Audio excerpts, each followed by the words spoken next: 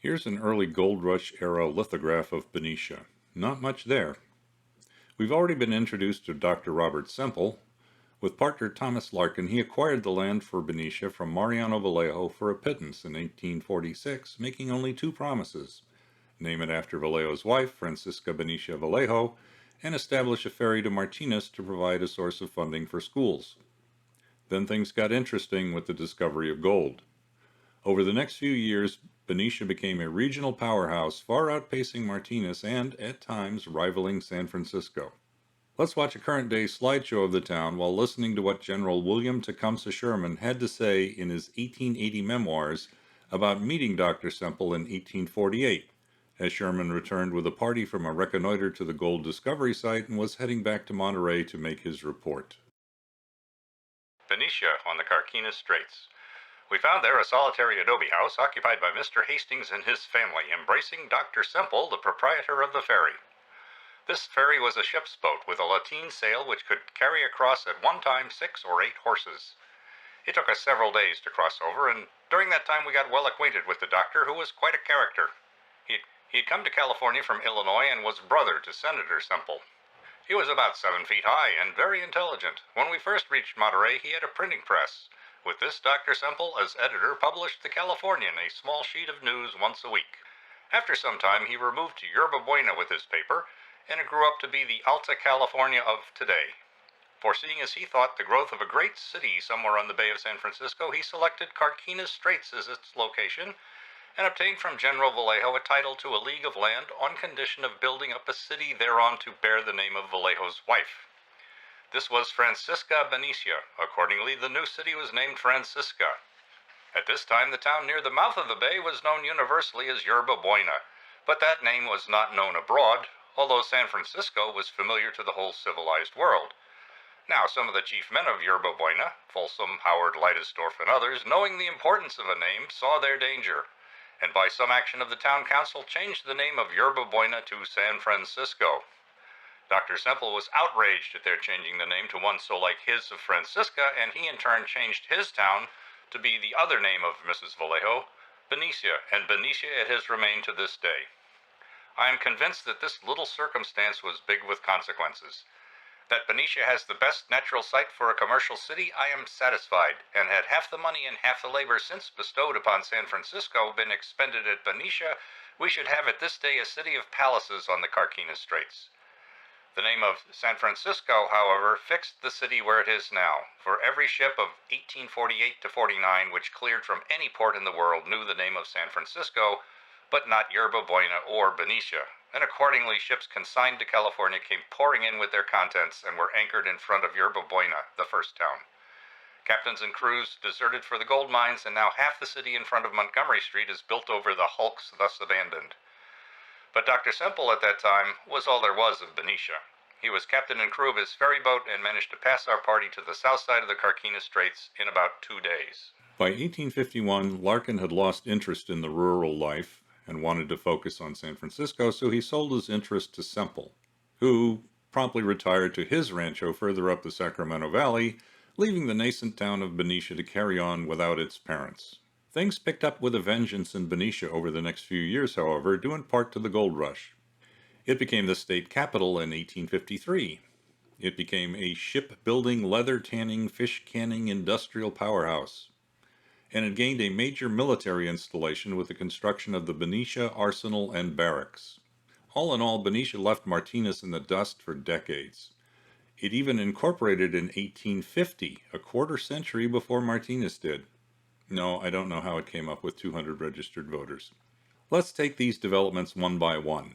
Through a lengthy series of events tied mainly to political power struggles and lack of suitable facilities in the earlier choices, Benicia ended up being the 4th seat of government for the state of California for all of 13 months in 1853, complete with a brand new Capitol building originally constructed to be the City Hall for Benicia.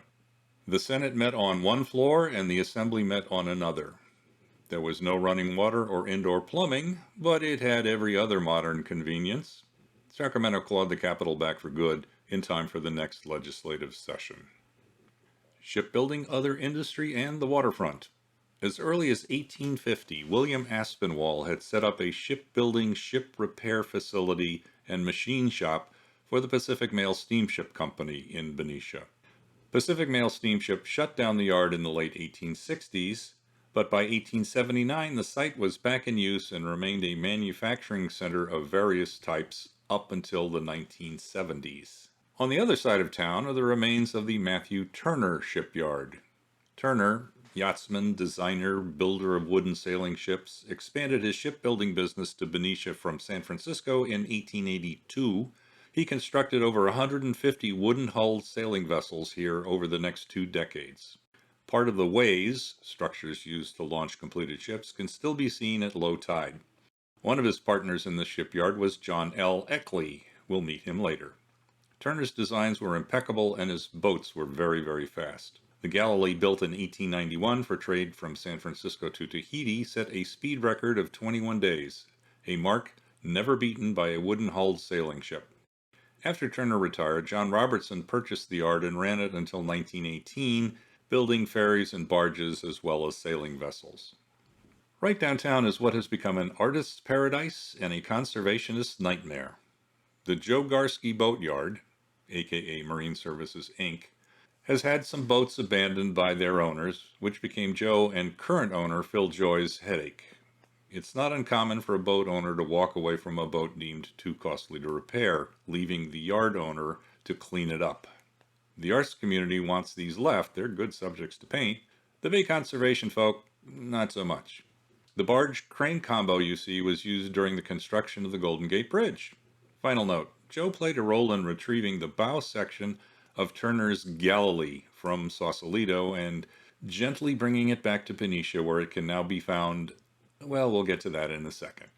What else? Well, Benicia was home to a number of leather tanneries starting around 1860. The building to the left in this shot is the shell of one. It now holds restaurants and shops. There were fish canneries to support the local fishing industry, and more recently some other industries moved in. We've already mentioned Valero. Just down the strait towards Vallejo is Southampton Bay.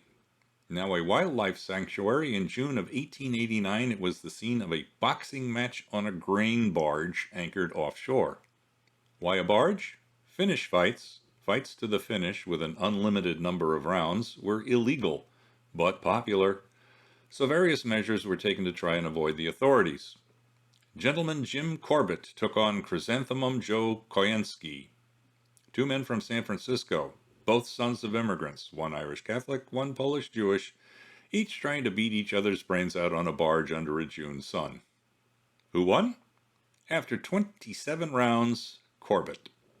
3 years later, he would go on to beat John L. Sullivan to become the heavyweight champ. That one went a mere 21 rounds. The Benicia Arsenal and Barracks. The arsenal was the primary Army ordnance facility on the West Coast for over 100 years. Semple agreed to donate 300 acres to the U.S. government for military use in 1849. A period of rapid construction followed, and the base was essentially functional by the mid-1850s. Ulysses S. Grant served there briefly pre-Civil War. After 100 years of military use, it was decommissioned in the 1960s. The land has been converted to heavy and light industry and art space. That Valero oil refinery sits on ex-Arsenal land.